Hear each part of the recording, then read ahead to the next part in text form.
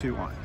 All right, we're joined here by Calvin head track and field coach Adam Haldorson after the conclusion of the MIAA championships, which I guess actually started about 9 days ago on our campus with the multi-events, which we really haven't talked too much about that, but just quickly, that was kind of a cool addition, I think, to this conference championship. Just your quick thoughts on that. Yeah, adding the combined events, like, it's a part of a championship track and field meet. It's like, it's a no-brainer. We had to get it in. And we took full advantage of it. 4 guys scored, 3 ladies scored. We started this meet with a lead on both sides. It's like, this is part of it, and we have the people, we have the personnel, so it's like, we're gonna do it.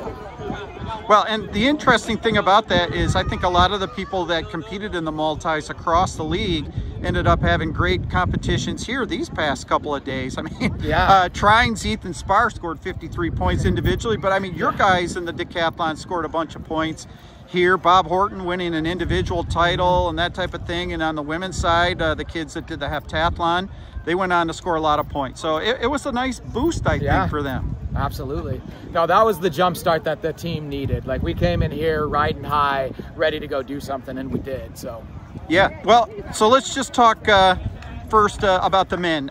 You know, you just talked about in the team meeting you scored 40 points more than expected, and obviously you come up just 5 points short, so you know that's one where you're just kind of like licking your lips, but at the same time you guys put in a tremendous effort, and boy, it was great efforts across the board, wasn't it? Yeah, no, the guys showed up. Like, we didn't come in here at full strength, but we had so many guys step up and take the call and make up for where we may have been hurting a little bit. So, like, this guy's team has been resilient all season, and it's like they came and put out a great meet. We didn't lose today. We got beat. Trine did awesome. So all congratulations to them.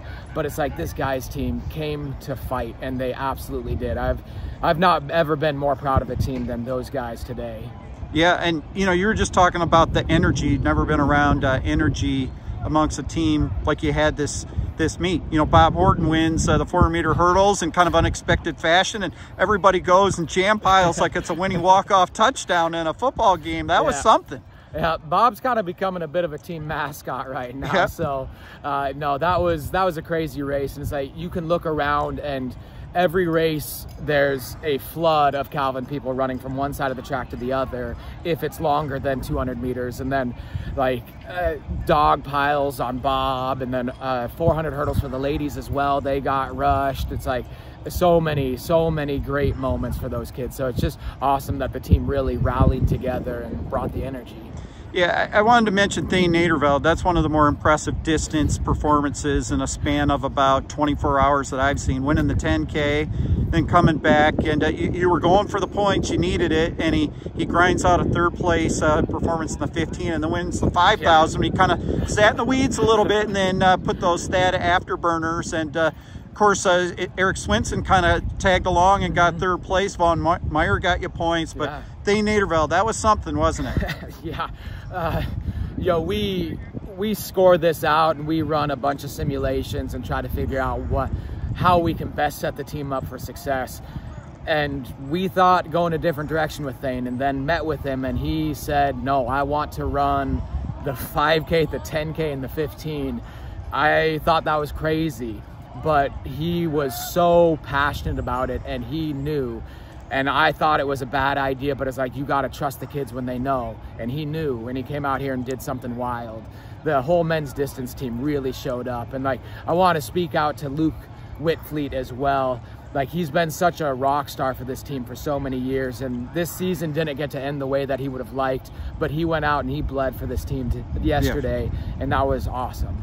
Yeah, and getting back to the energy part this morning, the high jump, that was kind of crazy. I mean, guys are going, you know, higher than they had gone before, and kept meeting the challenge, and fist pumping and screaming and yelling. Then you get a freshman, Simon Vandenbroek, that wins it, and Zach Van Buren was getting you points. He's getting you points in the hurdles, and Peyton Coffey and, you know, others. I mean, but boy, that was pretty cool. Yeah, Hunter scored in the high jump and the decathlon as well. That's right. It's like that's the power of a team. Like, those guys don't do that if they're in that by themselves. Like if they're in that competition, they don't have their teammates around them really bringing that energy. That's infectious. And it's like once one of them started going off, they all started going off. And that's exactly what you want. So it's like we talk about this a lot as a team, that it's like go support, go to each event and go make a difference, because that really does impact things. So that was awesome. A lot of fun. So moving over to the women's side, you win in pretty dominating fashion, and boy, you had performances across the board. I mean, distances, you know, Sophie and Jenna, Natalie Tebben, you know, put in some great work. You go 1, 2, 3 in the discus, for instance. You had Christy Martin, who's been on the shelf for a while, then injury, comes back and what, took second or third? Second in the javelin. That was pretty amazing. You know, Sydney Radigan wins the 100, almost breaks a school record in the 200, which was good for second. Your 400-meter hurdlers, unbelievable what your young kids are doing there. And, you know, Tessa Long was one of those heptathletes that ended up carrying over that energy again, right? Yeah, no, that like it was just building. This was a snowball going downhill that became an avalanche. Like we came in thinking we had a pretty good shot at this thing and we just needed to go execute. And we didn't just execute, they crushed it. Like if we would have loaded people up in more events, we probably could have scored 300. Like this women's team is crazy right now. Yeah, it's like we swept 3 events on the women's side, I believe. We scored, the lowest in any single event was 5.5 points, and we scored more than 10 in all but 3 events. Like that was wild. So there was everywhere. It wasn't just one event group showing out, it was every aspect of the team crushing it. The first league outdoor championship for the women since 2017, and of course the women got the indoor title this past March. I think that was the first since 2016. So pretty cool to do the double. Yeah. It's not always easy to do that, is it? No, like it's got to be said, like the women just pulled the triple crown. So great job cross country. You know, head coach Nicole Kramer for the cross country program, they took it in dominating fashion, and that started the year off right. And those ladies came into indoors, brought the energy, and then all the speed power athletes came along with it. So for them to do that was awesome. And then on the guys' side, same thing. Men's cross country wins the conference title. We come into indoors expecting to get third, and we go nuts and get second. Same thing here. We were supposed to get third, and we were an inch away from winning it. So it's like this is a group of kids that just put their heart into it, and it's so much fun to be a part of it. And so finally, I would say that the future looks pretty bright for Kelvin track and field. Just your thoughts on that? Yeah, well, we came in here, like my wife and I moved out from Oregon, and we had a pretty specific plan of what we wanted to try to accomplish from a team building standpoint, and absolutely none of it had anything to do with points. We just want to be a part of a great community, and the kids are that. So like what comes next, I don't know, but I certainly do know that it's been a great ride this year, and we want to go even bigger next year. All right, very good. Congrats on a great meet here, and we'll be talking to you down the road. Yeah, thanks.